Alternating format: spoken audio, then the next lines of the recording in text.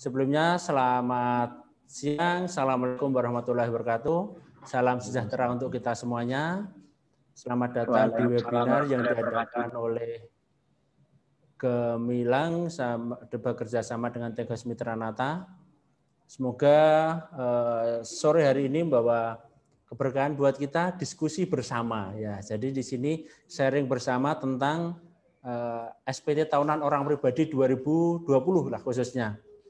Karena suatu hal yang istimewa tahun ini di masa pandemi banyak sekali peraturan yang berubah, kemudian aplikasi juga menyesuaikan. Nah, di awal kan bangkitnya penerimaan pajak pada tahun ini cukup belum tahu, jadi masih kecil atau bisa berkejaran dengan pandemi ini. Semoga dengan adanya vaksin lebih hidup lagi bisnisnya.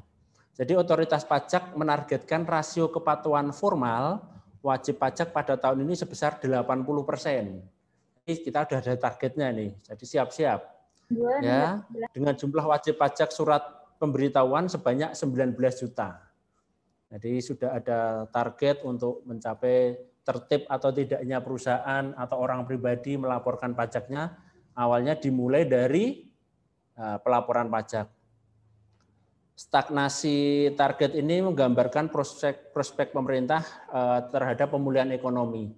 Pada Bapak Ibu semuanya, khususnya di bidang apapun, sekarang ini sedang diuji coba. 2020 uji cobanya luar biasa, 2021 semoga segera bangkit. Tadi ada hotel, ada tempat wisata, kemudian ada kesehatan, kemudian ada kampus. Ya tahun ini ya lumayan lah penurunannya signifikan. Bisnis-bisnis cukup lesu, tetapi ada beberapa hal di lapangan itu yang menjadi targetnya menurut saya ya di lapangan itu alat kesehatan, kemudian dokter dan yang lainnya itu sudah mulai klinik itu meningkat dengan adanya pandemi ini. Jadi suatu hal yang berbeda, bisnisnya tergantung apa bisnisnya yang kita lakukan. Oke, di sesi ini nanti kita menyesuaikan, jadi saya akan sedikit bercerita tentang strategi penyusunan SPT tahunan orang pribadi, khususnya tahun 2020. Karena apa? Orang kantor pajak atau Fiskes itu mulai melihat kita itu dari SPT yang kita laporkan. Kita jangan ke badan dulu atau ke masa dulu, tetapi fokus ke orang pribadi dulu. Jadi di perpajakan itu sebaiknya memang difokuskan dari salah satu. Karena kenapa kita sharingkan untuk orang pribadi? Nah, orang pribadi itu dari orang tersebut, dari direktur, dari karyawan, dari tenaga ahli, dari staf, dan yang lainnya itu bisa ke tracing namanya.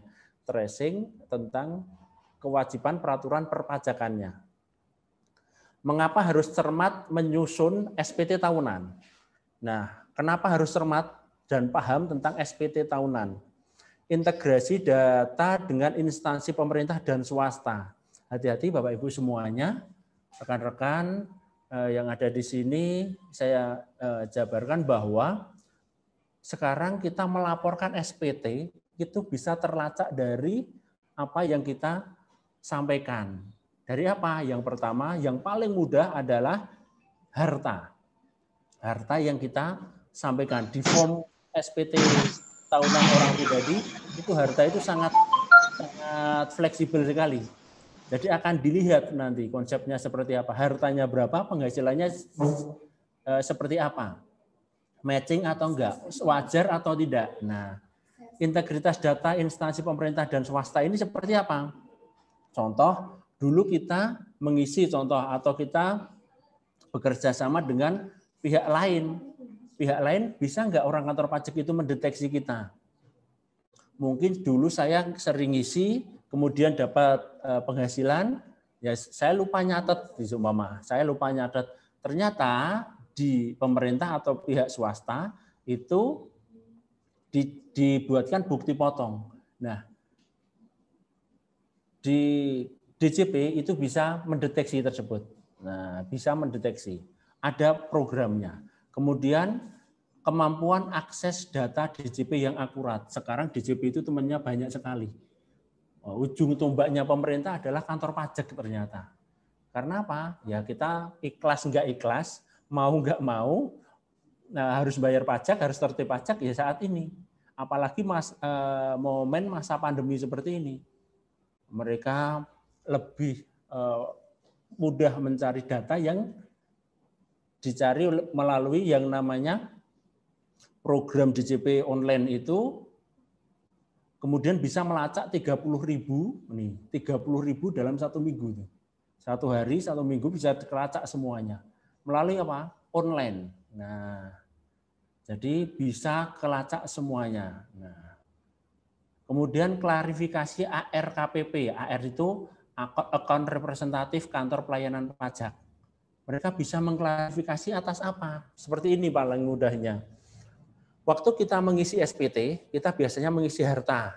Nek penghasilan mas jelas lah penghasilan dan yang lainnya. Tapi jujur atau tidaknya kita bisa ketahuan dari harta yang kita miliki. Mas Arif, seumpama hartanya kita sembunyikan bisa atau tidak? Coba sekarang kita bayangkan. Sekarang sudah programnya, sudah yang pertama dulu adalah iktp. Sekarang NIK itu sudah elektronik KTP-nya. Semua data yang kita miliki, buka tabungan, utang dan yang lainnya pasti pakai KTP. Itu bisa kelacak, sangat mudah sekali. Dan itu terintegrasi di awal tadi. Ya. Yang kedua, seumpama kita jual beli tanah. Sekarang sudah ada e-sertifikat ya kan?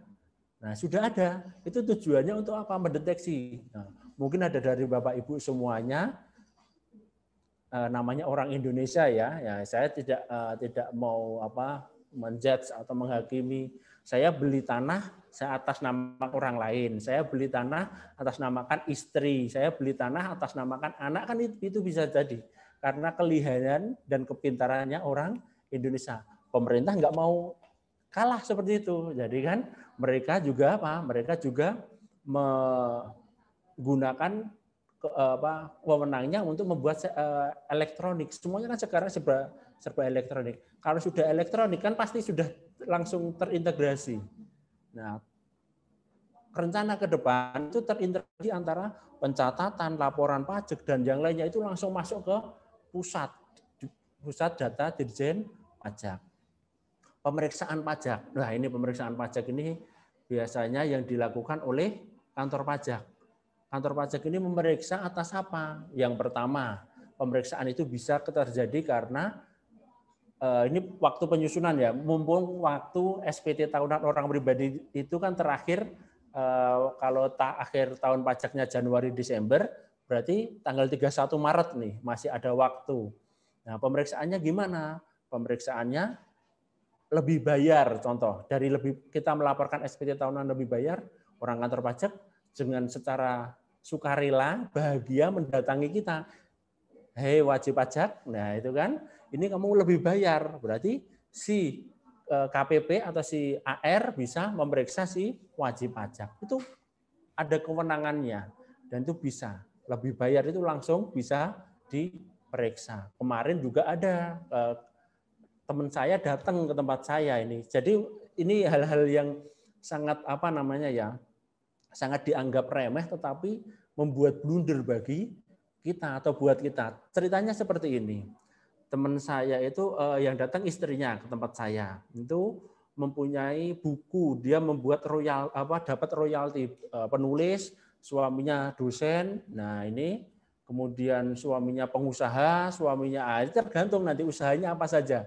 Nah, ini dia menuliskan kemudian atas namanya dia sendiri dan ada juga atas namanya si suami. Dan memilih NPWP yang berbeda atau mempunyai NPWP yang berbeda, yaitu antara suami dengan istri. Kemudian lapor si suami lapor, istri lapor. Nah, ini ada suami lapor, istri lapor, di cross check. Yang suami ternyata kurang bayar, si istri lebih bayar. Lebih bayarnya padahal cuma berapa? 1 juta. Lebih bayarnya 1 juta. Ada temennya yang mengatakan kalau lebih bayar itu mudah sekali, nanti direstitusi saja, diambil saja pemerintah itu baik kok, kayak gitu kan. Jadi kita jangan hanya langsung, oh ya sudah kita restitusi saja. Kenyataannya waktu diserahkan SPT-nya atau dibuka kemudian diteliti oleh kantor pajak pemeriksa, oh ternyata ini lebih bayar. Si pihak pemeriksa pajak secara langsung memeriksa WP tersebut. Setelah diperiksa, nah ini alhamdulillah yang awalnya lebih bayar 1 juta menjadi kurang bayar 30 juta. Ya, luar biasa kan? Gara-gara lebih bayar 1 juta menjadi kurang bayar 30 juta. Kemudian apakah berhenti di situ? Tidak. Nah, masih ada cerita yang sangat panjang dan luar biasa ini kan. Seperti apa? Ternyata setelah dicek SPT, di SPT itu di paling belakang itu kita diminta untuk mengisi yang namanya daftar keluarga. Sebagai istri yang baik, beliau menuliskan suami, usaha, dosen, kan ada pekerjaan tuh, ada NIK-nya. Kemudian anaknya, ternyata anaknya juga punya usaha juga. Nah, ini jadi suatu informasi yang langsung ditemukan oleh si pemeriksa menjadi temuan bagi mereka. Ternyata ada yang namanya PHMT, pisah harta atau menghitung tersendiri. Itu SPT-nya cara penghitungannya berbeda. Yang awalnya beliau hanya melaporkan 1770S, jadi 1770 penggabungan. Yang awalnya hanya si istri yang diperiksa, si suami terjadi terimbas, jadi bisa. Karena apa? Yaitu ada progresifnya suami istri ini. Jadi suami istri ini jadi kurang bayarnya kemarin sekitar, ini belum laporan, belum pembetulan. 2000 berapa? 2019 kan lapor 2020 baru diklarifikasi oleh si AR-nya. Dan si istri kurang sekitar 30-an, suami kurangnya sekitar 20-an ya. 2021 ini kemarin ketemu saya, ini harus bayar 50 juta, ini bagaimana ini? Ya sudah dibayar saja karena kenyataannya seperti itu. Tetapi saya agendakan atau saya beri masukan, Mbak, sebenarnya bisa salah satu dicabut NPWP-nya atau tetap mempunyai NPWP tapi pekerjaannya nanti disesuaikan dengan apa yang sebenarnya.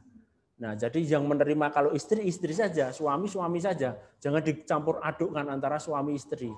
Nah, ini yang akan membuat penyampaian atau pelaporan SPT tahunan itu berbeda. Nah, alur pengawasan Dirjen Pajak nih, big datanya ada di sini nih. Nih, big data. Nah, lengkap banget ada di sini.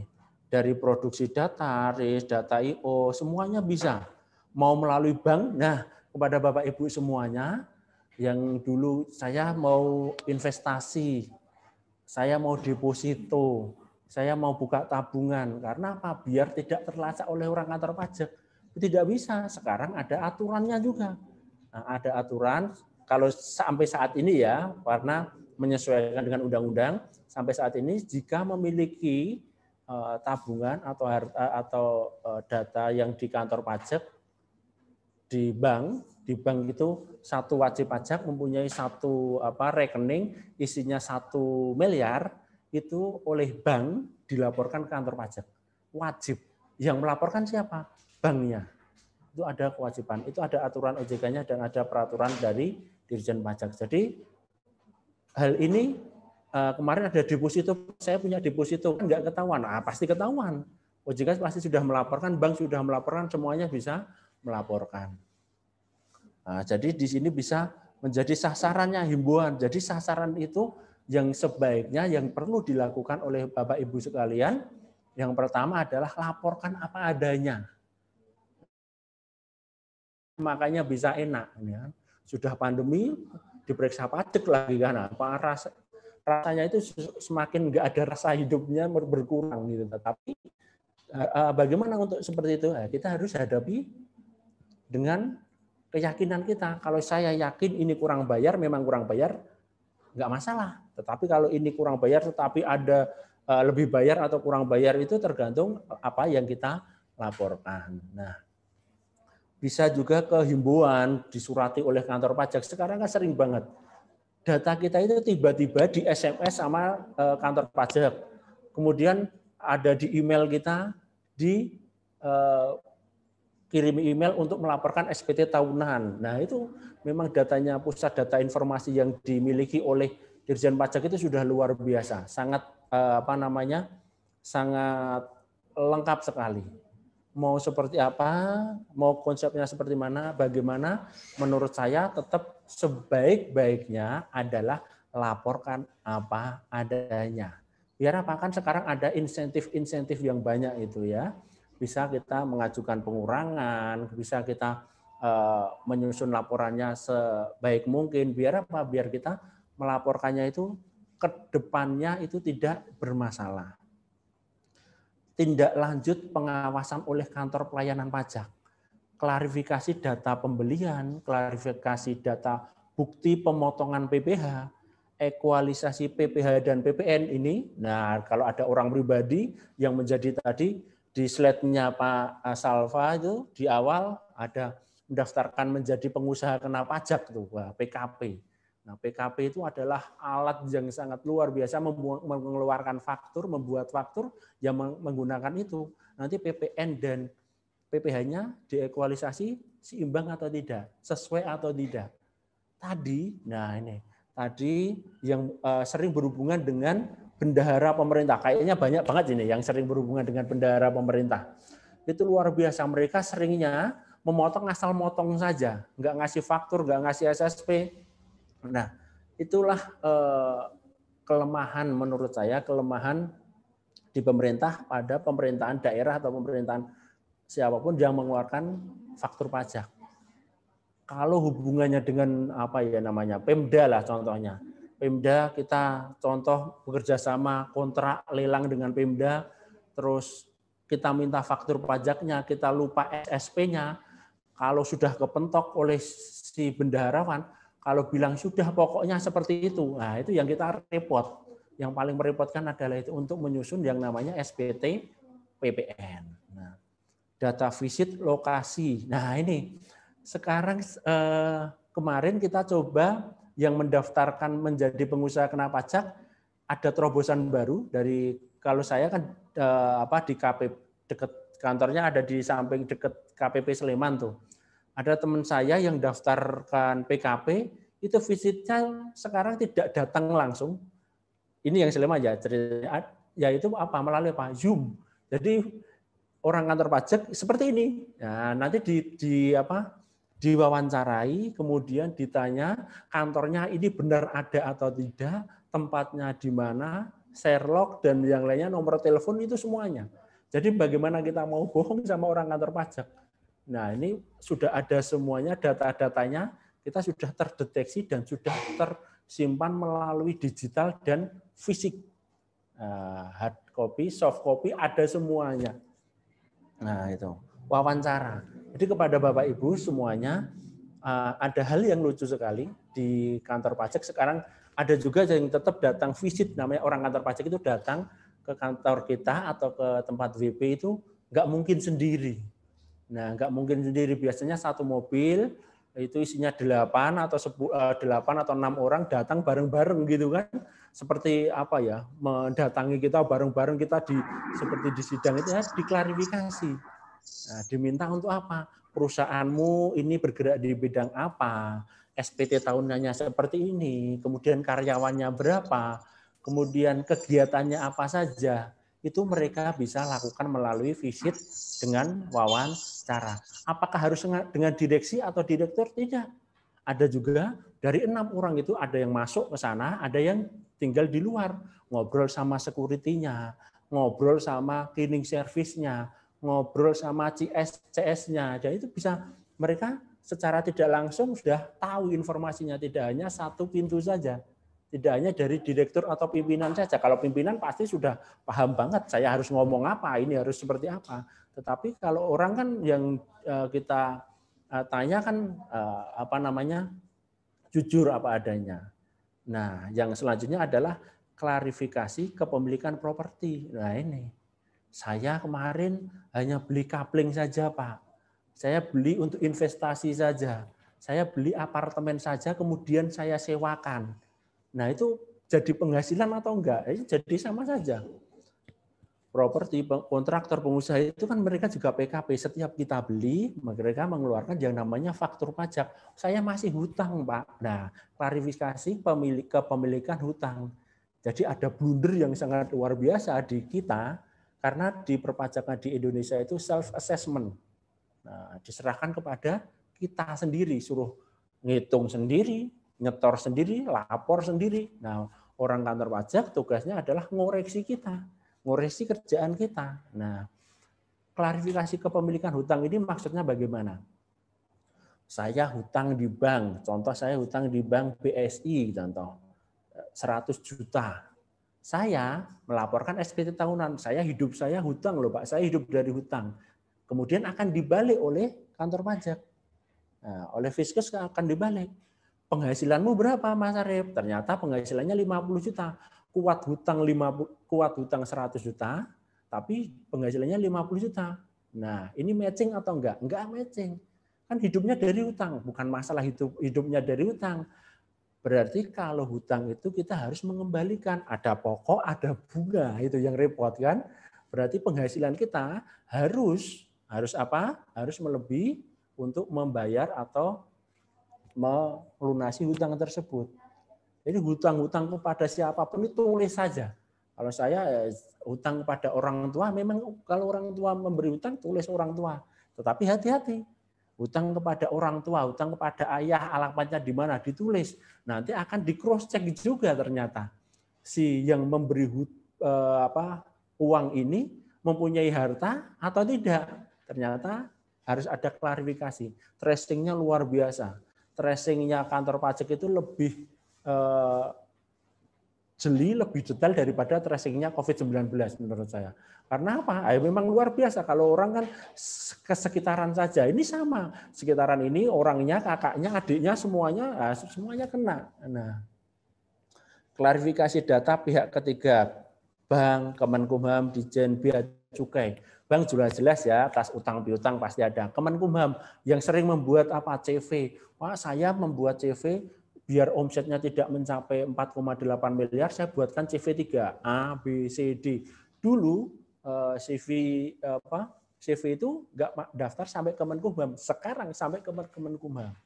Nah, terdeteksi semua. Dan sekarang ada namanya apa? NIB, nomor izin berusaha. Ya, nomor kan terdeteksi semua kita. Nah, Ditjen Bea Cukai sama aja.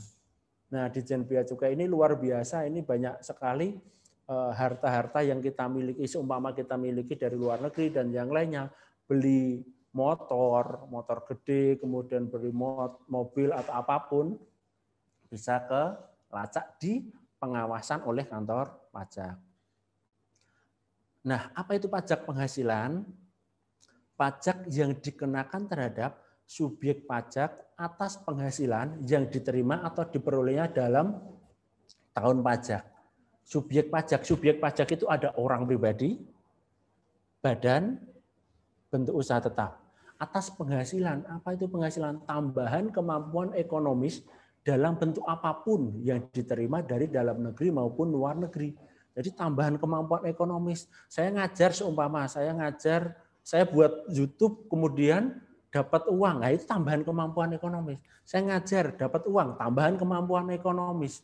Nah, saya jalan-jalan dapat hadiah pulsa, itu tambahan kemampuan ekonomis. Hati-hati ini nanti Pak Salva ya, 7 orang ini siap-siap ini kan. Nah, ada final juga kan. Nah, itu orangnya berbeda-beda. Dapat door prize ya Pak Ari? Door prize ya. Door prize-nya 100.000 enggak begitu masalah Pak, 100 miliar bubar Pak kita kan. Ya, resikonya jadi apa yang kita dapatkan itu sebenarnya malah seperti mengekang kita. Kalau saya laporkan kena, enggak dilaporkan bagaimana ketahuan. Nah, itulah. Jadi selalu apa yang kita dapatkan itu kita catat. Pokoknya kalau di saat ini jangan menutup-nutupi tentang perpajakan. Laporkan saja apa adanya, biar apa? Biar nyaman.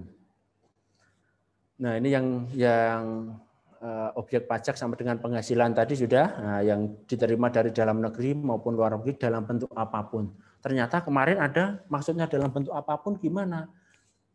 Dalam kenyataannya ada, fisiknya ada atau enggak ada. Saya punya usaha, Pak. Nggak ketahuannya gimana? Saya beli franchise kan nggak ada itu. Franchise tetapi dia menghasilkan atau tidak? Ternyata menghasilkan. Nah, itu franchise itu ada. Nah, tetap ada ya. Nah, tetap menyesuaikan.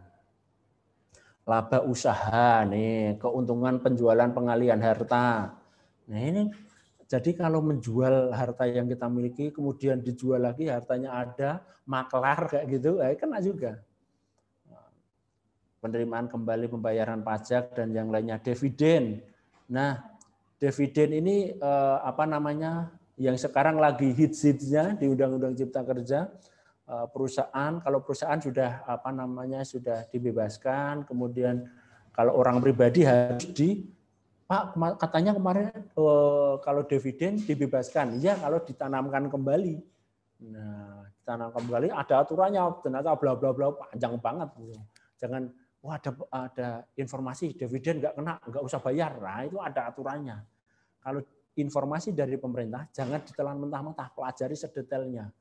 Ya, jadi lebih baik. Ada royalti, sewa penghasilan dan lainnya itu banyak sekali yang di sini.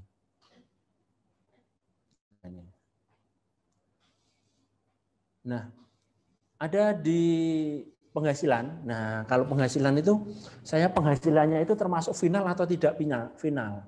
Jadi kita laporkan keseluruhan atau tidak. Contoh seperti saya tadi menanyakan ke Pak Salva, saya dapat hadiah. Nah, itu namanya final. Udah final dipotong 25% itu. Jadi seumpama nih ada di TV kan sekarang lagi males-males seumpama nggak boleh keluar, ada PSBB dan yang lainnya. Di rumah lah kita pekerjaannya adalah menelpon, nah itu kan menelpon seluruh kuis yang ada di TV, tugasnya ada yang seperti itu. Teman saya itu ada aneh juga. Untuk mendapatkan penghasilan dia menciptakan pekerjaannya sendiri, yaitu dia beli pulsa, kemudian tugasnya adalah rebahan dan nelpon kalau ada kuis. Pokoknya sudah siap-siap Google sama ini semua telepon, dapat hadiah. Ya lumayan lah, juga ada progres baru atau penghasilan seperti itu, masuknya seperti apa saya juga belum tahu. Dianggap apa? Jadi tiap hari nelponin TV, ada kuis, telepon. Indosiar, telepon, RCTI, telepon. Nah itu jadi lucu juga, tapi pernah mendapatkan lumayan dia, dapat hadiahnya.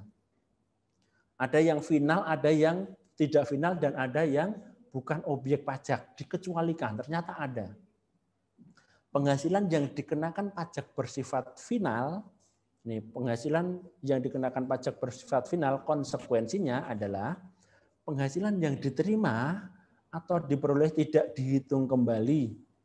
Nah, tidak dihitung kembali pajaknya pada saat penghitungan pajak akhir tahun. Kalau sudah final loh ya.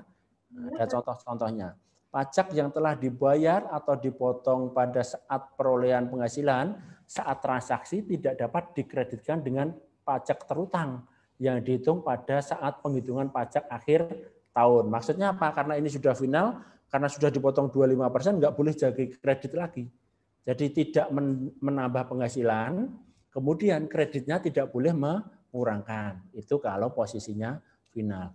Biaya-biaya yang dikeluarkan sehubungan dengan perolehan penghasilan yang dikenakan pajak bersifat final tidak dapat dikurangkan dari penghasilan sebagai dasar penghitungan pajak terutang. Nah, itu kalau yang bersifat final. Contoh yang bersifat final, ini kalau nanti ada perubahan kita sesuaikan karena ada Undang-Undang Cipta Kerja kemarin ada perubahan. Sedikit tadi baru keluar. Ada bunga tabungan deposito itu tarifnya 20%. Penjualan saham bursa, dan yang lainnya, nah itu ada semuanya ada di sini sudah oleh orang kantor pajak, oleh Fiskes itu sudah disiapkan. Form-form seperti ini sudah ada semuanya. Kalau yang bergerak di bidang konstruksi, nah itu tergantung ternyata. Ada pelaksana, ada perencana, ada pengawasan. Ada kalau pelaksana 2, 3, 4% itu apa? Nah, itu kapasitasnya adalah kapasitasnya kecil, menengah, atau besar. Nah, itu tergantung akte yang kita miliki. Jadi, di sini saya ingin menyampaikan kepada Bapak Ibu semuanya, jadi kalau kita membuat akte, itu memang harus kita cermati benar-benar. Perhatikan ya, cermati dengan seksama. Saat kita membuat akte, di situ kan pasti sekarang harus ada memunculkan yang namanya nomor induk berusaha. Itu pilih salah satu, KLU-nya, klasifikasi lapangan usaha, pilih yang apa, besar, menengah, kecil. Itu tergantung kalau konstruksi itu tergantung modalnya. Kemudian ingat di pembuatan akte itu ada saham yang diserahkan. Itu ada kata-kata diserahkan sebagian atau diserahkan seluruhnya. Akte, saya membuat PT, jangan contoh ini. Saya sama Pak Salva buat PT baru, kan harus 2 orang, minimal 2 orang. Saya komisaris, Pak Salva direkturnya. Langsung kita pemegang saham dua-duanya. Saya setor, yang penting tulis saja Pak, berapa? 500 juta, 500 juta. 1 miliar, coba bayangin, 1 miliar, 2 orang. 500 juta, 500 juta. Apakah kita di waktu membuat akta tersebut di notaris harus menyetorkan 500 juta? Tidak. Tetapi kalau kita menulisnya di situ disetorkan penuh, berarti 500 juta, 500 juta. Secara otomatis itu akan masuk ke Kemenkumham. Masuk ke Kemenkumham, berarti saya mempunyai uang 500 juta, Pak Salva mempunyai uang 500 juta. Kemudian waktu pelaporan SPT tahunan, berarti harus ada peningkatan uang 500 juta dan 500 juta yang dimiliki. Itu dari mana? Kalau matching memang ada, contoh saya mencairkan deposito saya, nggak masalah. Kalau enggak, asalkan nulis saja, nah itu menjadi temuan dari kantor pajak. Karena apa? Tahun 2018-19an lah, ada wajib pajak yang hobinya membuat akte, coba bayangkan. Hobi kok membuat akte, dan dia mengorbankan anak dan istrinya. Istri saya, sama anak, contoh. Dia nggak besar-besar banget. Ya lumayan lah, pokoknya 500 juta. 500, 1,5 miliar modalnya, 1,5. Dia mempunyai, saya nggak tahu itu memang. Asistennya bilang kepada saya, disurati dari kantor pajak. Dia AR itu datang ke WP tersebut, membawa data lengkap. Ternyata apa? Dia mempunyai 25 PT, coba bayangin. Nah, 25 PT kali 1,5 miliar berapa coba? Padahal cuma akta tulisan saja. Itu bohong-bohongan Pak. Bohong-bohongan gimana? Itu Kemenkumham resmi. Nah, tinggal kalikan saja. Cuma 30 miliar atau berapa? Uangnya dari mana? Nah, ternyata untuk memecah ini buat di Sleman, buat di Jakarta, buat di Bogor, buat di Papua, ada semua. Orang lain pun nggak tahu ternyata dia mempunyai banyak banget. Dirjen Pajak bisa mengupload itu melalui Kemenkumham dan laporannya sangat lengkap sekali. Akhirnya ya lumayan lah kenanya itu kan. Buat surat pernyataan dan yang lainnya ribet urusannya, pemeriksaan. Hadiah undian ada 25%. Jadi kalau nanti ada di telepon, ini dapat hadiah pulsa 100.000. Nah, itu kalau dipajak kenanya 25%, berarti 75.000 dipotong ongkos kirim, dipotong itu. Jadi ada hal-hal. Jadi kita jangan langsung, wah saya dibohongi nih, nggak jadi. Kalau seumpama di TV itu nggak jadi hadiahnya, nggak jadi 1 juta, ternyata 750. Nah, itu memang ada aturan ini. Final 25%. Sudah update status, membuli ya, di Twitter, Instagram kan tugas. Sekarang kan hobinya manusia Indonesia kan seperti itu kan, hobi ya sekarang itu, hobi dan penghasilan ya. Nah itu membuli-buli itu kan jadi keren ya. Nah ada lagi yang sekarang ini penghasilan usaha WP yang memiliki peredaran bruto. Saya mempunyai usaha, perhatikan Bapak Ibu semuanya.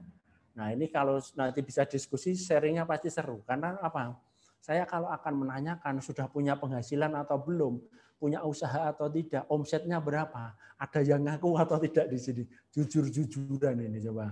Nah kita kan jujur-jujuran, omsetnya berapa Pak?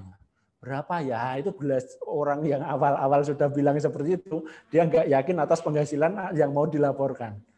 Usahanya berapa Pak? Ini kalau nggak 100, 200 itu enggak. Di perpajakan itu hasilnya berapapun, bisa kenakan. Karena apa? Waktu kita mendaftar NPWP, perhatikan, catat dulu itu. Sekarang dicek dulu NPWP masing-masing. NPWP masing-masing kan sekarang sudah bisa melalui online, melalui DJP online. Nah itu di profil kita, saya itu dulu daftar sebagai apa? Dulu saya karyawan Pak, saya PNS Pak, saya TNI Polri, saya konsultan, saya direktur saja. Direktur itu karyawan sama saja. Nah itu ternyata saya usaha Pak. Nah itu kewajiban pajaknya beda-beda semuanya. Udah ada ketentuannya masing-masing. Nah, itu yang perlu kita perhatikan. Jadi jangan asal-asalan. Karena kemarin kebanyakan sekali saya pokoknya membuat NPWP saja, Pak. Gunanya untuk apa? Yang buat keren-kerenan saja. Oh, bukan NPWP itu bukan keren-kerenan. NPWP itu melekat kepada diri kita, melekat pada kita sebagai identitas wajib pajak. Sampai meninggal pun kalau belum dicabut, kalau usahanya masih ada, masih tagih pajaknya. Bisa sampai sedetail itu. Makanya perlu ada ketentuan-ketentuan khusus untuk mendaftarkan NPWP supaya kita apa? Biar aman. Nah, ini ada beberapa. Kemudian ada penghasilan yang tidak termasuk objek pajak nih. Nah, bantuan sumbangan termasuk zakat yang diterima badan amil zakat, lembaga amil zakat, kemudian apapun ada di Islam, ada di Katolik, ada di Buddha, ada di Hindu, ada semuanya ada.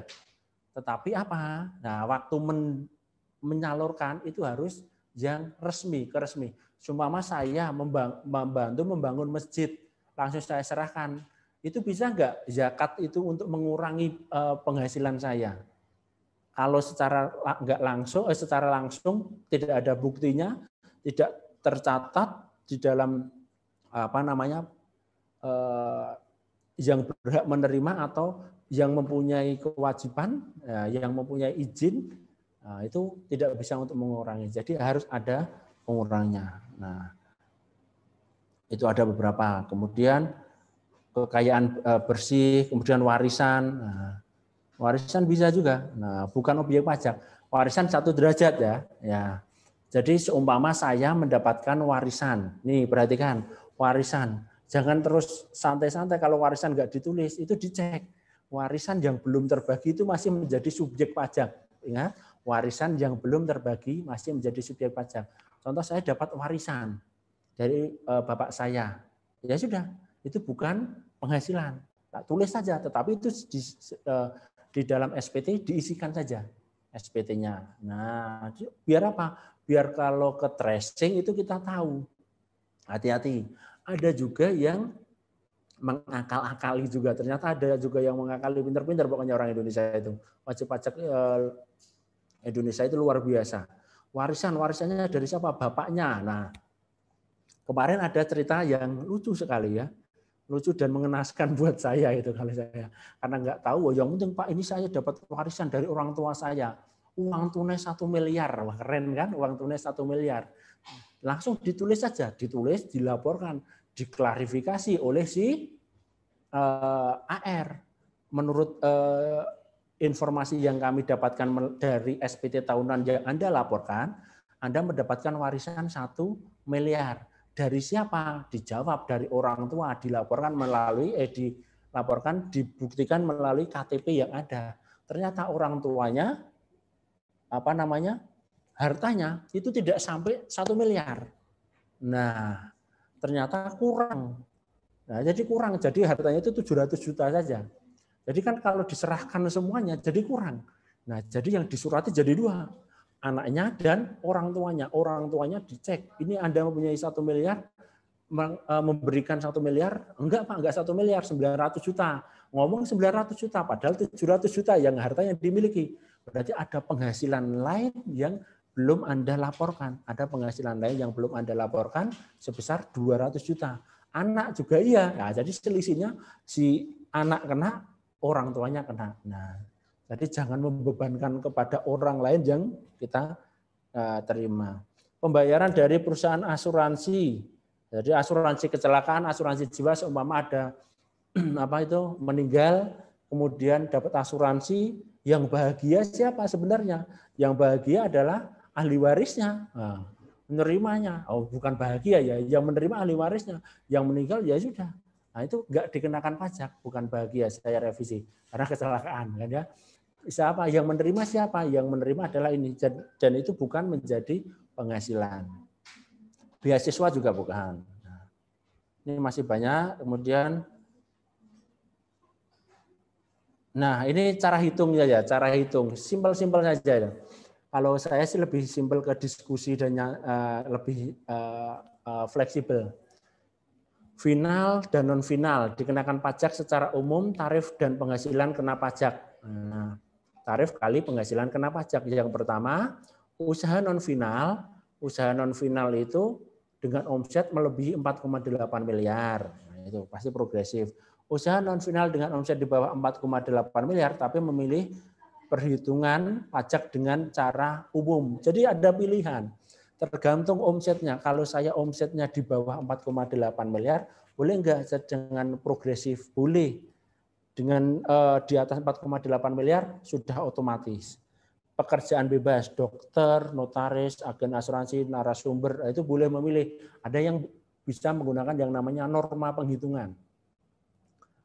Bisa pekerjaan, barang modal, investasi, lain-lain. Kalau yang final, ya omset tidak melebihi 4,8 miliar. Itu boleh memilih. Di Indonesia segera semuanya sudah penuh dengan pilihan. Jadi karena tergantung kita paham atau tidak tentang perpajakan, aturannya seperti ini, ada pilihan kita menggunakan yang mana. Nah, itu yang kita gunakan. Kalau yang tidak melebihi 4,8 miliar, 0,5% kali omset, gitu aja. Nah, lebih mudah. Usaha sewa tanah dan bangunan, nah itu final. Nah, jadi kalau saya punya ruko, saya sewakan, nah itu juga penghasilan. Jasa konstruksi final, real estate juga final. Nah, itu ada beberapa yang final. Nah, ini ringkasan penghasilan dan cara hitung pajaknya nanti bisa dibaca, jadi gunakan untuk memikirkan saya kalau mempunyai usaha omsetnya sekian, saya menggunakan atau ringkasan penghasilan cara hitungnya pajaknya bagaimana, apa saja yang dikenakan terhadap saya, karena kita harus tahu di usaha itu jangan hanya memikirkan modal, kemudian marketing, kemudian kalau kita tidak tahu konsekuensi pembayaran pajak, konsekuensi kita hak dan kewajiban perpajakannya, itu kita menjadi repot. Suatu saat malah jadi blunder buat kita. Karena apa? Orang pajak dengan secara bahagia kalau kita salah itu ya datang silaturahmi, Pak, nah, konsultasi, wawancara itu tadi, klarifikasi. Nah, sekali datang itu sudah data yang didapatkan pasti sudah banyak banget. Nah, itu. Ini contoh-contoh penghitungan. Nah, itu tergantung kita sebagai apa. Nah, ini ada contoh sebagai karyawan, cara umum, cara final. Nah, kalau karyawan enak. Nah, makanya harus kita cermati. Saya dulu daftarnya sebagai apa? Saya awal jadi karyawan, gaji contoh 200 juta. Kalau karyawan ada namanya biaya jabatan. 5% kali penghasilan bruto, maksimal 6 juta. Kemudian itulah yang kemudian dari 200 juta, kemudian diketahui penghasilan bersih. Kemudian ada penghasilan lain-lain dan bla bla bla lah semuanya. Kemudian dihitung juga PTKP, ada pengurangnya. Kalau karyawan apa itu? Penghasilan tidak kena pajak. Ada TK0, K0, K1, K2, K3, maksimal 3. Tanggungan yang boleh ditanggung oleh pajak atau aturan pemerintah di perpajakan, yaitu tanggungan yang diperbolehkan adalah 3. Baru ditemukan adalah pajak atau diketahui penghasilan kena pajak. Baru ditarifkan 5%, 15%, 25%, 30%. Nah, tergantung. Jadi ini bisa menjadi hitungan buat kita. Hitungan buat kita apa? Tarifnya 5%. Kalau 0 sampai 50 juta. 15%, 50 sampai 250 juta. 25%, 250 sampai 500 juta. 30% di atas 500 juta. Nah ini pada para yang mengikuti webinar ini kan kita tinggal memilih saja ini ya. Saya gajinya per bulan berapa, setahun berapa, penghasilannya berapa. Tinggal bisa menerka-nerka sendiri ya. Orang lihat nominal ini, wah kok segini ya, ya ini kenyataannya sudah ada. Atau cara umum dengan progresif, yaitu apa? Kita mendaftarkan sebagai usaha. Beda kalau usaha tidak ada biaya jabatan, langsung kan? Nah, seumpama gitu kan, biaya HPP dan yang lainnya ketemunya 200 juta. Kemudian ada biaya yang ada narasumber, honor, deposito dan yang lainnya. Nah, tarifnya beda-beda antara karyawan dan cara umum. Nah, itu lebih paling ringan memang karyawan. Beda lagi kalau final, omsetnya berapa, nanti kita finalkan dulu. Nah, ini ada narasumber penghasilan itu jumlahnya berapa, langsung kalikan dengan nanti 0,5%. Nah, ini menyesuaikan. Jadi kepada Bapak Ibu semuanya, untuk mendaftarkan NPWP, untuk mengisi SPT tergantung usaha atau pekerjaan apa yang kita dapatkan. Ini benar lagi ini, pengujian kewajaran SPT tahunan, analisis sumber dan penggunaan dana. Nah ini yang mungkin bagi yang sudah tahu tidak masalah, tetapi bagi yang belum tahu, orang kantor pajak itu bisa mendeteksi penghasilan kita, harta kita itu dicek dari mana. Perhatikan ya. Contoh, ini ada contoh kasus nih. Apakah SPT yang dilaporkan Pak Ali wajar? Nah, ini kita korbankan ini Pak Ali ya. Kasusnya adalah Pak Ali melaporkan SPT tahunan 2020 dengan status karyawan. Tahun 2020. Dengan rincian penghasilan sebagai berikut. Gaji neto dari PT ABC 100 juta. Sewa rumah dari PT Indopor 35 juta. Bunga tabungan 5 juta. Hibah dari orang tua 150 juta. Ketemunya adalah 290 juta. Jadi penghasilan selama 2020 ini, penghasilan selama 2020 kita total 290. Kemudian kita akan pisahkan nanti ini subjek pajak atau bukan. Ini objek pajak atau bukan. Kalau ini Pak Ali pasti subjek pajak. Biaya hidup keluarga Ali dalam sebulan 20 juta. Sudah termasuk pendidikan, kesehatan dan sosial. Berarti setahun 240 juta. Nah, ini. Jadi wajar atau tidak? Masih wajar. Gaji neto 100, sewa rumah final, kan? Nah, bunga tabungan nggak final, hibah dari orang tua bukan objek. Nah, kenapa di sini saya minta untuk saya tampilkan pendidikan, kesehatan dan sosial? Diperhatikan pada rekan-rekan semuanya, biaya hidup keluarga Pak Ali ini dicek dulu anaknya berapa. Dan yang paling sangat mudah dideteksi itu adalah seperti ini. Waktu mengisi, ini Pak Ali adalah K2, contoh kawin, anaknya 2. Beda kalau istri ternyata ibu rumah tangga. Ibu rumah tangga, kemudian anaknya pendidikan. Nah, sekarang tidak hanya selesai di pendidikan ini, kalau ini mudah ya, selesai di pendidikan. Sekarang DJP tidak selesai di pendidikan, tulis pendidikan, kesehatan, sosial. Tidak mudah percaya begitu saja. Yang ditanyakan adalah DJP itu suka iseng-iseng berhadiah lah bahasanya. Anaknya anak 2, anaknya Pak Ali. Yang pertama, kuliah di mana Pak? Atau sekolah di mana Pak? Pertama jawab, SMA Pak. Nah, SMA di mana? Al-Azhar, contoh gitu ya. Al-Azhar. Nah, langsung di mindset-nya orang kantor pajak, per bulan berapa gitu. Langsung dihitung pendidikan. Kan ini per bulan 20 juta ya. Per bulan berapa? Ternyata di sana per bulan bayarnya 10 juta. Contoh nih, per bulan 10 juta. Kemudian anak yang kedua, di mana? Sekolah internasional. Bayarnya berapa? 5 juta. Contoh kan 5 juta. Berarti kan 15 juta. Kemudian dicek lagi. Nah, dicek lagi. Istrinya sebagai apa, Pak? Ibu rumah tangga. Akan dicek ulang. Kendaraan yang dimiliki berapa? Ternyata kendaraannya mempunyai 4. Bapak Pak Ali sendiri, istrinya untuk pergi ke pasar, nah terus anaknya 2 pakai mobil semuanya, contoh. Pakai semuanya. Nah, ini akan dicek untuk operasional mobil, kemudian mobilnya apa saja akan dilihat apa? Dilihat di hartanya nanti. Mobil ini seberapa ini? Kemarin ada luar biasa, KPP, salah satu KPP di Indonesia ini luar biasa, sangat detail sekali, nggak tahu itu menanyakan kira-kira BBM 1 bulan ini berapa kali 12. Percaya nggak percaya itu terjadi. Dan nggak match, jadi kurang bayar. Wah, itu luar biasa. Gara-gara BBM dan mempunyai mobil. Nah, yang kedua di kesehatan. Kesehatan ini bagaimana?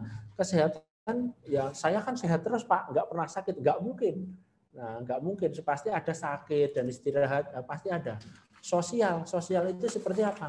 Kita ada teman nikahan, ada ulang tahun, ada ini dan yang lainnya kan nggak mungkin nggak pernah datang.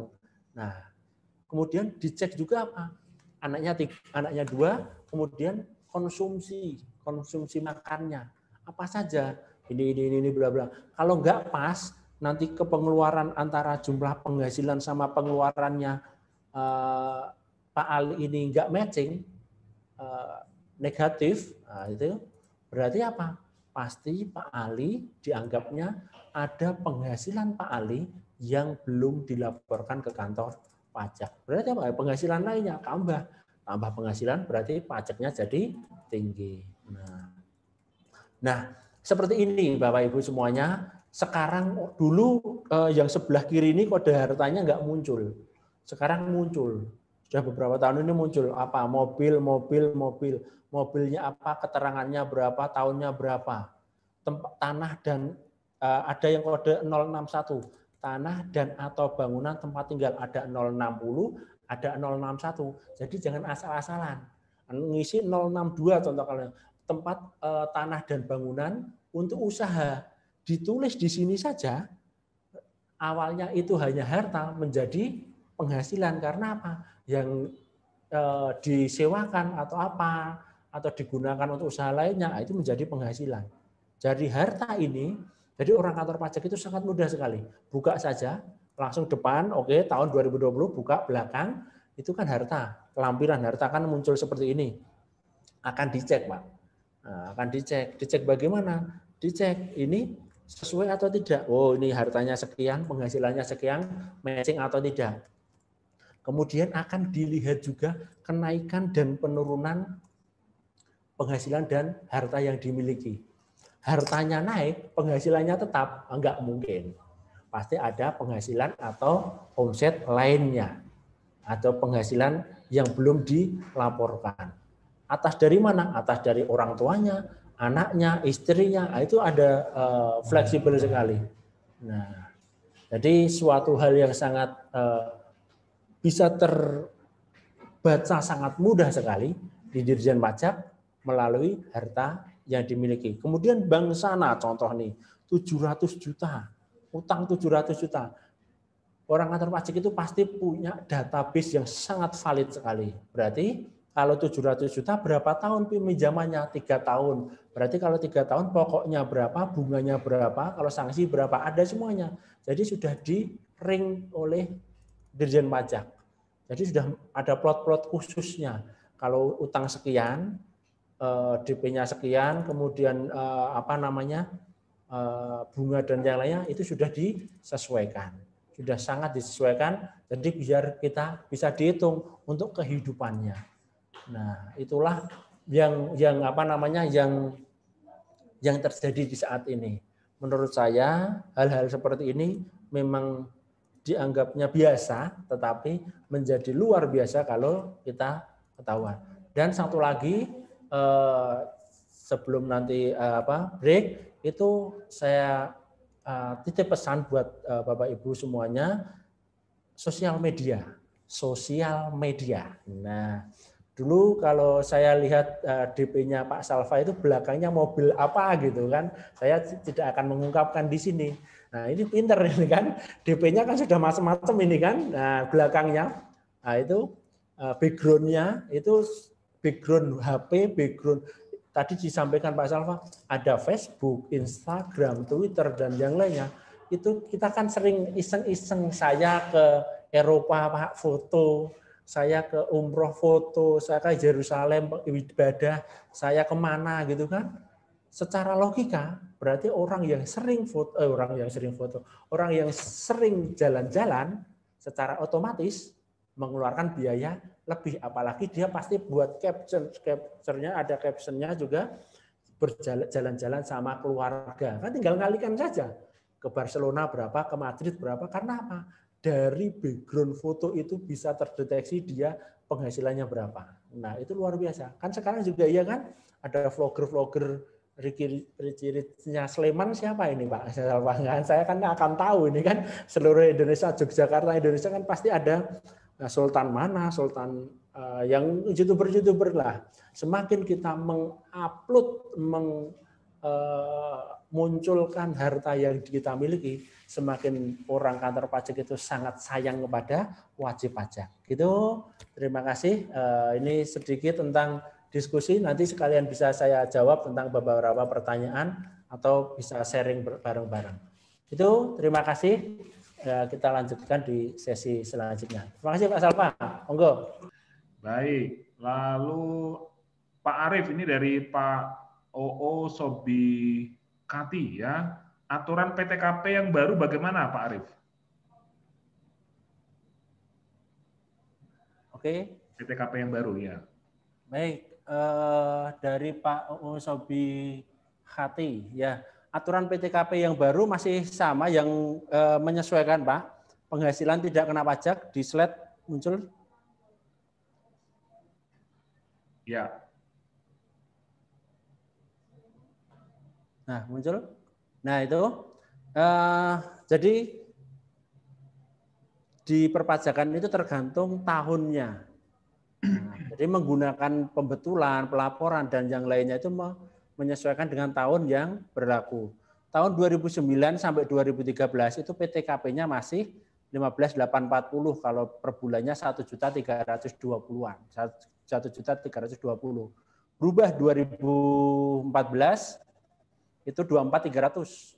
Nah, 24.300 per bulannya 2.025. 2015 sampai 2016 itu 36 juta per bulan, 3 juta PTKP-nya. Kalau gajinya 3 juta itu masih di bawah PTKP. Dirubah lagi sama pemerintah di tahun 2016. Ini waktu itu kalau nggak salah Juli atau apa pertengahan tahun. Jadi perubahan pemerintah itu kalau membuat perubahan di tengah atau di akhir itu membuat kita agak harusnya mau gimana lagi, kita harus yang menyesuaikan. Kalau sekarang status WP-nya adalah 54 juta. Per bulannya 4,5 juta bagi status tidak kawin. Ada tidak kawin, ada TK0, K1, K2, K3. Nah itu. Status PTKP sesuai dengan ini, sudah ada. Itu Pak statusnya. Menggunakan, kalau seumpama kita mau pembetulan 2015 umpama meskipun masih sudah daluarsa, itu sekarang pembetulan 2015 ya menggunakan yang 36. Jangan menggunakan yang ini, jangan yang 16. Jadi sesuai dengan tahun yang berlaku. Tahun 2021 pakai yang mana? Tahun 2021 masih pakai yang aturan 2016. Tahun 2021 ada perubahan PTKP enggak? Lah itu yang belum saya tahu, tergantung Bu Sri Mulyani nanti ya. Kalau besok pagi dirubah ya PTKP-nya berubah semua. Itu tergantung kebijakan perusahaan, tergantung kebijakan pemerintah. Gitu Pak Salva, ini PTKP-nya sudah jelas ada di sini. Oke, baik. Terima kasih Pak Arief atas penjelasannya. Berikutnya dari Ibu Arnita Ferawati. Kalau penghasilan masih kecil, belum masuk kena pajak atau PTKP tadi ya, wajib punya NPWP tidak ya? Lalu pelaporannya wajib juga tidak? Nah, baik Bu Arnita Pak Amita Ferawati. Kalau penghasilan masih kecil, namanya penghasilan tergantung saya di awal selalu akan menjelaskan, tergantung kita mendaftarkan kemarin sebagai apa, karyawan atau usaha. Kalau usaha, ya tetap 0,5% kali omset, nggak ada kecil, besar nggak ada. Batasannya adalah 4,8 miliar kalau kita mendaftarkan sebagai usaha. Tetapi kalau karyawan di bawah PTKP itu tidak wajib. Bahasa di kantor pajak bukan tidak, tetapi tidak wajib. Nah, itu seumpama saya gajinya 3 juta per bulan di bawah PTKP, saya boleh nggak mempunyai NPWP? Boleh. Nah, kalau karyawan, beda konsekuensinya kalau wajib lapor atau enggak. Sekarang tetap melaporkan SPT tahunan. Kemudian, jadi tergantung ini sebagai apa. Kalau karyawan hanya SPT tahunan saja, tidak ada SPT masa atau bulanan. Kalau sebagai usaha, omsetnya berapapun, kalau itu sudah mendaftarkan sebagai usaha, ya sudah. Saya ternyata tahun ini cuma dapat 1 juta, Pak. Gitu. Usaha jualan usaha saya 1 juta, ya 1 juta itu kali omset kali 0,5%. Saya ternyata cuma dapat 50.000, Pak, ya 0,5% kali 50.000. Jadi tergantung penghasilan yang kita terima dan kita mendaftarkan sebagai apa. Jadi disesuaikan dengan itu. Kalau usaha tetap dikenakan, gitu. Dan dilaporkan secara SPT masa maupun SPT tahunan. Itu Pak Salva. Ya, baik. Terima kasih Pak Arief dari Rumah Sakit PDHI ya. Salam buat ya keluarga besar PDHI. Baik, berikutnya dari Pak Sophihati lagi ya, bertanya, Pak Arief tolong cara perhitungan pajak karyawan, cara umum dan cara final diterangkan secara detail. Baik, ini dari SMKN 2 Pengasih. Pak Arief, ya. Oke, siap. Langsung saja. Ini yang tadi saya contohkan, hitungan PPh-nya. Memang kalau belajar pajak, itu langsung jangan hanya bahasa saya ya Pak, ini webinar, itu selesai, pinter, langsung bisa mengerjakan, itu enggak. Harus update laporan, harus update peraturan, harus update semua tentang perpajakan. Tapi ini case-case-nya saja. Nah, di contoh di karyawan, cara umum, cara final. Tadi ini penghasilan dihitung dulu, gaji dan tunjangan. Gaji tunjangan yang diterima itu kita hitung semuanya. Untuk karyawan. Kemudian di aturan karyawan itu ada yang namanya biaya jabatan. Maksimal 5% kali penghasilan bruto itu maksimal 6 juta.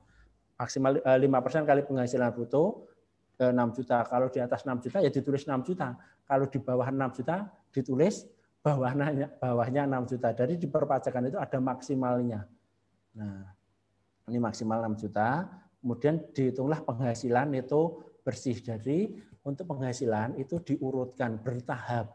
Kita di awal input dulu. Penghasilan saya apa saja. Ini ada penghasilan gaji dan tunjangan. Kemudian dikurangi biaya jabatan. Kemudian ada penghasilan lainnya atau tidak. Kalau ada penghasilan lainnya, contohnya ada komisi jual tanah, honor narasumber, mudharabah deposito bank, warisan hibah orang tua, ini ditulis semuanya. Ini yang akan masuk ke dalam SPT kita. Apapun penghasilannya, masukkan. Kemudian total penghasilan neto, ini total. Ini dijumlahkan semuanya. Koreksi penghasilan final, atas apa? Nah, deposito bank, nggak masuk. Koreksi non-objek pajak, karena apa? Warisan, itu bukan objek pajak, nggak usah dihitung.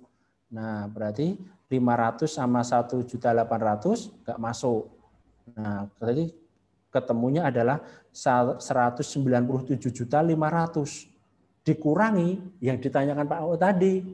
Dikurangi apa? PTKP namanya, penghasilan tidak kena pajak. Tergantung status kita.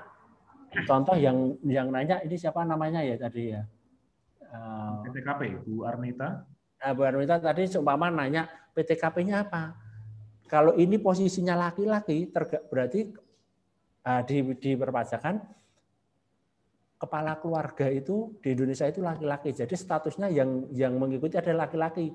Kalau ini posisinya perempuan tidak K3 seperti ini, tetapi kalau perempuan adalah TK 0. Jadi di perpajakan itu tanggungan itu adalah tanggungannya si kepala keluarga. Kepala keluarganya adalah laki-laki. Perempuan statusnya adalah TK 0.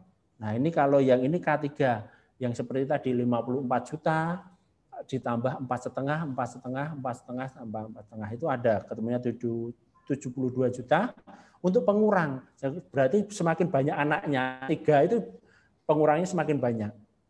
Penghasilan kena pajak diketahui 197.500 kurangi 72 juta, ketemunya adalah penghasilan kena pajak 125 juta. Nah, di hitungan seperti ini tidak langsung 5% kali 125 juta, ada prosesnya. Pajak penghasilan secara umum adalah dihitung dulu 125 juta kurangi 50 juta, kan tarifnya kayak gini, 5%, 0 sampai 50 juta, 2,5 juta. Sisanya berapa? Sisanya 75 juta ditambah dikalikan berapa? Kalikan 15%. Jadi bertahap.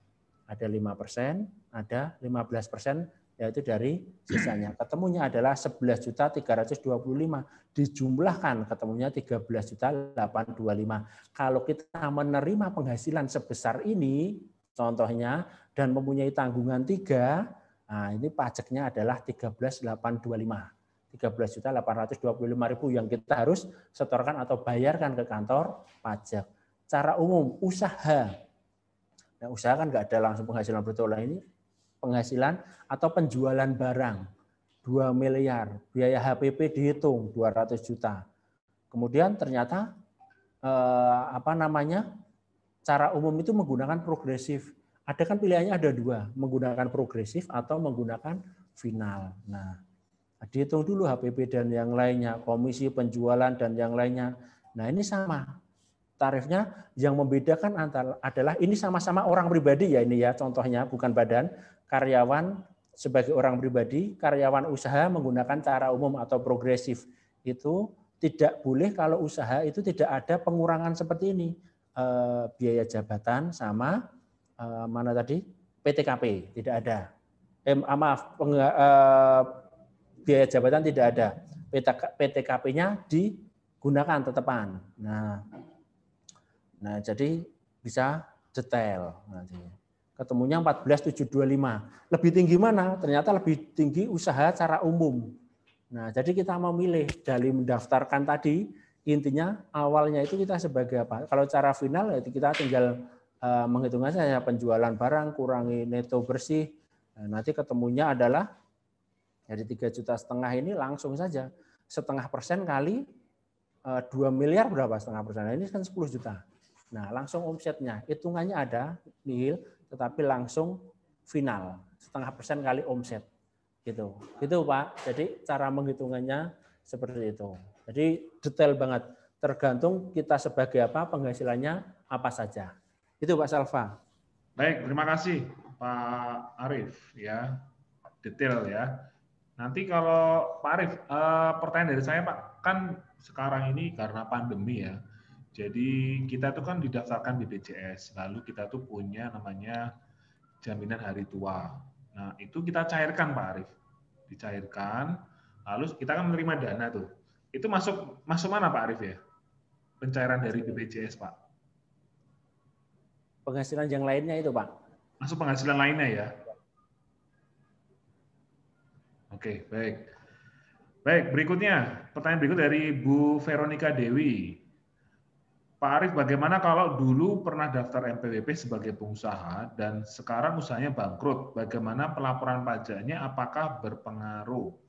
Silakan Pak Arief. Ya, yang pertama saya turut berduka cita karena bangkrut, tetapi tetap harus usaha Pak itu ya. Nah, itu kan. Nah, jadi bangkrut itu terus nggak harus diem saja. Terus bangkrut, terus saya Mbak Veronica Dewi, bangkrut terus gimana? Terus kita lapor pajak atau enggak? Nah ini, sekarang posisinya sebagai apa?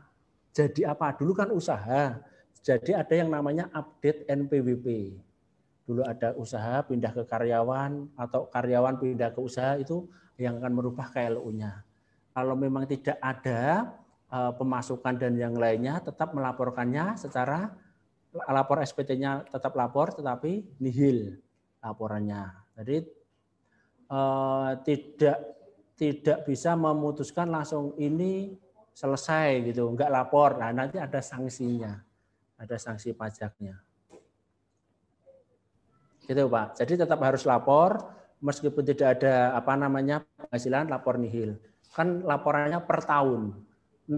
2021 kan bisa berubah lagi, bangkit lagi usahanya lebih besar lagi, lapor lagi pakai tarif yang kita pilih nanti, tarif umum atau final. Ya, oke, baik. Jadi kuncinya adalah kalau kita sudah punya NPWP ya harus lapor, ya, setahun sekali kok ya. Baik, berikutnya dari Pak Aris Pudiatmoko dari Rumah Sakit Hermina Padanaran. Baik, selamat siang Pak Arif, izin bertanya. Untuk laporan SPT tahunan pajak pribadi, laporan DJP online, dia Pak Aris ini lupa di EVIN-nya. Nah, bagaimana cara mendapatkan nomor EVIN? Terima kasih. Ini saya dari Dirjen Pajak itu ada aturannya ternyata sekarang. Boleh langsung datang ke kantor pajak. Nah, itu datang ke sana.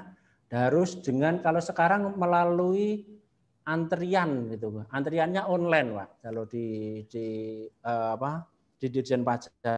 Tetapi ini kan orang pribadi ya yang ditanyakan ya. Permohonan EVIN orang pribadi dilakukan dengan melampirkan swafoto dengan memegang KTP dan kartu NPWP kemudian di email. Nah, nanti bisa saya share di grup. Jadi kartu NPWP, saya nggak bawa, kartu NPWP sama KTP, kemudian selfie atau swafoto, kemudian di email ke KPP setempat. Nah, contoh ini. Contoh kalau di KPP Sleman itu ada di email ke kpp.542@pajak.go.id. Setiap KPP pasti sudah mempunyai ini. Nah, itu bisa sebagai berikut. Kemudian ada permohonan EVIN, NPWP, nama, tuliskan email, dan nomor HP format 62 plus 62-nya itu loh, 6281 kayak gitu. Jadi memang harus memunculkan NPWP, nama, sama alamat email kita. Jangan alamat email orang lain, terus kemudian dibawa yang mengupdate orang lain, itu repot. Jadi email kita, swafoto, bawa NPWP sama KTP. Itu caranya seperti itu, online sekarang bisa. Ya, baik. Terima kasih Pak Arif. Pertanyaan berikutnya dari Ibu Helda Novarita. Ya, Ibu Helda ini dari mana ya? Sebentar. Dari PT Interkertasindo Sinar Cemerlang. Pak Arif, mohon izin kalau penghasilan tidak kena pajak di bawah PTKP berarti ya wajib lapor atau tidak? Tidak kena PPh, dan kalau lapor atau tidak melaporkannya bagaimana? Ya, oke. Mbak Hilda Novarita. Tergantung ya ini ya, kalau PTK penghasilan tidak kena pajak, yang tadi selalu saya ungkapkan, ini sebagai karyawan atau usaha. Kalau sebagai karyawan ya lapor sebenarnya diperbolehkan. Kalau nggak lapor memang ada aturannya. Tapi biasanya disurati aja. Disurati oleh Dirjen Pajak. Di SMS, di email itu selalu untuk mengingatkan bahwa kita untuk lapor pajak. Atau selanjutnya bisa kalau memang tidak mau lapor di non-efektifkan saja. Namanya non-efektif. Nah, non-efektif itu seperti bahasa kalau orang menilai mati suri gitu loh. Jadi di off-kan dulu kartu atau NPWP-nya, kemudian tidak ada kewajiban. Tetapi kalau usaha tetap wajib nihil, meskipun nihil laporkan. Itu. Oke, tetap dilaporkan aja. Pak Arif. Nah, Pak OO tanya lagi nih, PTKP dan PKP untuk badan yang baru. Oke, ini pertanyaannya apa ya Pak OO ya? Oke, saya lewati dulu ya. Pertanyaan berikutnya dari Pak Indratno Trisasongko ya, dari Grand HAP Kintamani Sarangan Resort and Villa. Saya biasanya lapor SPT pribadi. Kalau sekarang punya usaha sendiri, apakah perlu dilaporkan untuk income usaha tersebut? Apakah berpengaruh, Pak Arif? Saya biasanya lapor SPT pribadi. Dulu karyawan di resort, sekarang punya usaha sendiri. Jadi ya, oke.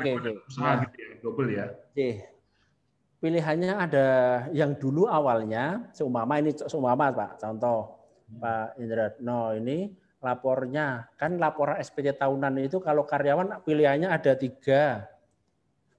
SS, 1770 SS sangat sederhana, 1770S sederhana, dan 1770 untuk usaha. Kalau di bawah 60 juta itu pakai SS sangat sederhana. Kalau di atas 60 juta pakai S. Nah, yang SS itu sangat sederhana, S itu sederhana. Nah, ini tergantung dulu sebagai gajinya berapa. Kalau ini awalnya karyawan, kemudian karyawan dan mempunyai usaha, itu lapornya 1770. 1770 enggak pakai S. Ya, jadi yang anget-anget gitu kan, 1770 kan. Atas apa? Atas karyawannya dilaporkan sendiri, kemudian atas usahanya tadi, income usahanya dilaporkan tergantung omsetnya. Nah, kalau omsetnya di bawah 4,8 miliar, bisa memilih pakai yang final. Jadi penghasilannya dua, atas karyawan dan usaha. Pakainya 1770. Gitu, Pak. Ya, oke, baik. Terima kasih Pak Arif. Baik, berikutnya dari Pak Suparman. Pak Suparman dari SMK N2 ya. Siang Pak Arif, jika sudah pindah ke alamat KTP-nya, mengapa di laporan pajak dari bendara dipotong gaji, belum pindah alamat secara otomatis? Mohon penjelasannya. Terima kasih Pak Suparman, maaf. Jadi memang harus ada update NPWP. Update NPWP itu contoh ini seperti istri saya dulu. Istri saya itu dari Gunung Kidul, kemudian kerjanya di rumah sakit Gunung Kidul, pindah ke Kabupaten Sleman. Nah, pindah ke Kabupaten Sleman itu namanya update NPWP, update alamat, pindah KTP, diupdate. Kemudian caranya memang belum apa ya namanya, belum match asinkron antara dari pusat sama mana daerah, pemerintah daerah itu belum match, nggak langsung update gitu. Nah, itu memang kita sebagai wajib pajak harus mengalahnya seperti ini, memberikan update NPWP kita terbaru ke Pemda bahasanya, pemerintah daerah atau apapun itu. Jadi dari pusat kita sudah update, kita dapat buktinya. Jadi kita harus mengupdate NPWP yang kita miliki, alamatnya. Kemudian karena perubahan alamat itu nanti perubahan kode KPP yang kita tempati juga. Jadi kita bawa suratnya ke bendaharawan, contohnya ke bendaharawan pemotong gaji, minta untuk diupdatekan, itu bisa. Nah, sekarang sudah progresnya sudah lumayan, Pak. Jadi sudah bisa terdeteksi juga. Pensiun dan yang lainnya bisa mendeteksi. Kalau dulu masih sulit, tetapi sekarang sudah lancar. Sudah tahun-tahun ini sudah mulai bagus itu. Sudah terkonek.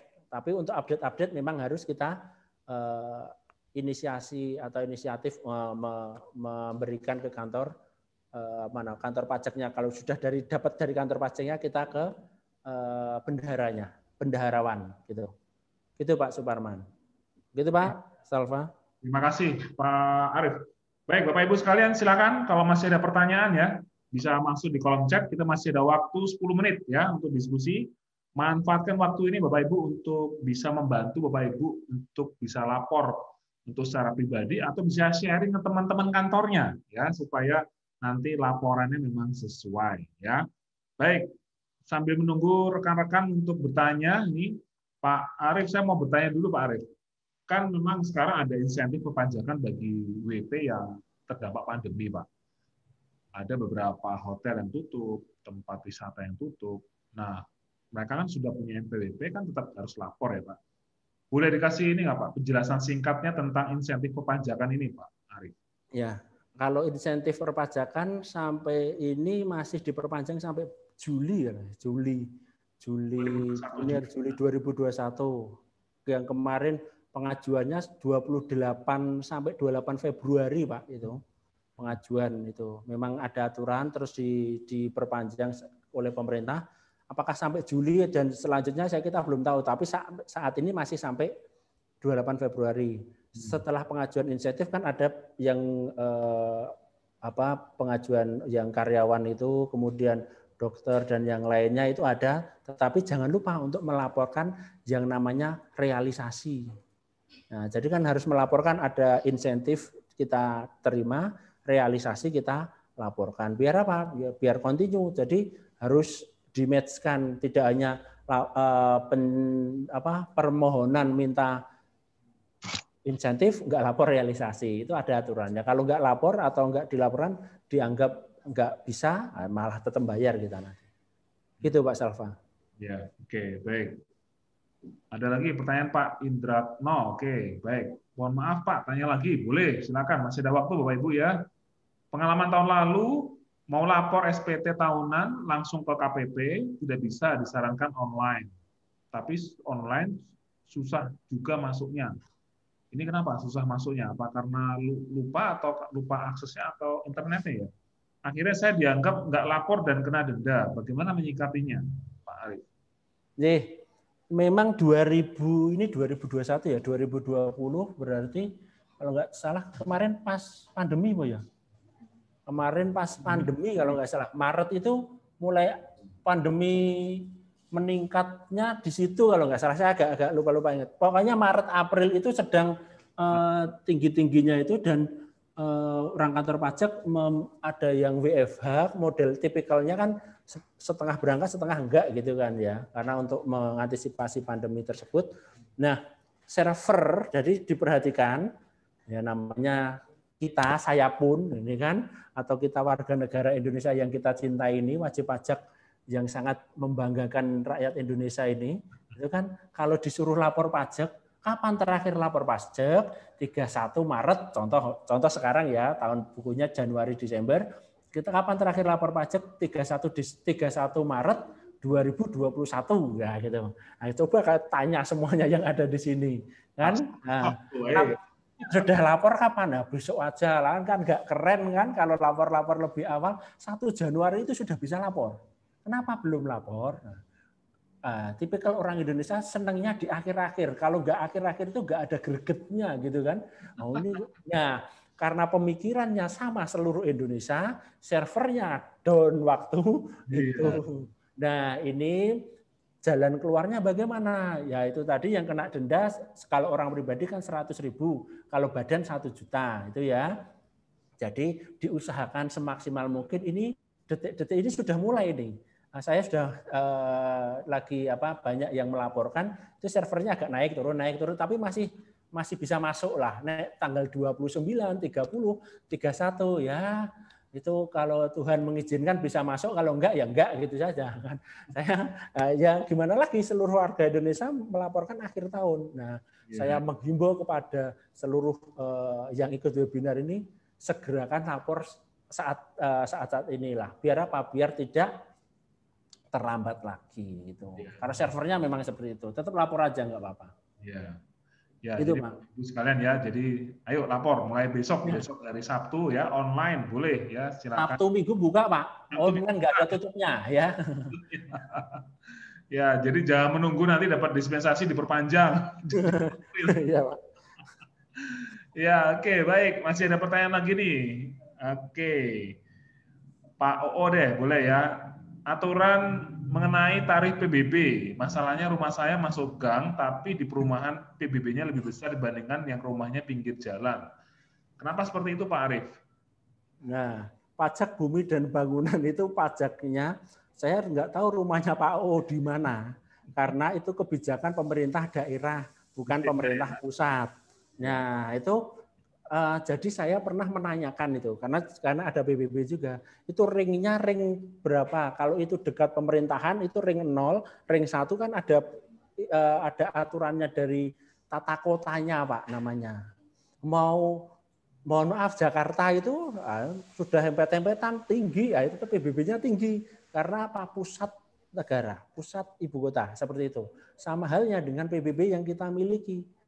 Saya tanahnya seumpama saya tanahnya luas, hektaran, Kalimantan, di tengah pasti murah PBB-nya, kan nggak ada tanah hijau, tanah kuning gitu kan, ada tanah untuk yang ini kawasan kuning, hijau dan merah atau apa yang nggak boleh untuk penghunian. Nah itu tergantung dari kebijakan pemerintah daerah masing-masing. Mau masuk gang atau enggak tergantung kita masuk ring yang mana. Nah itu kalau itu termasuk kebijakan pemerintah daerah. Gitu, Pak. Pak O, seperti itu, Pak. Ya, oke, baik.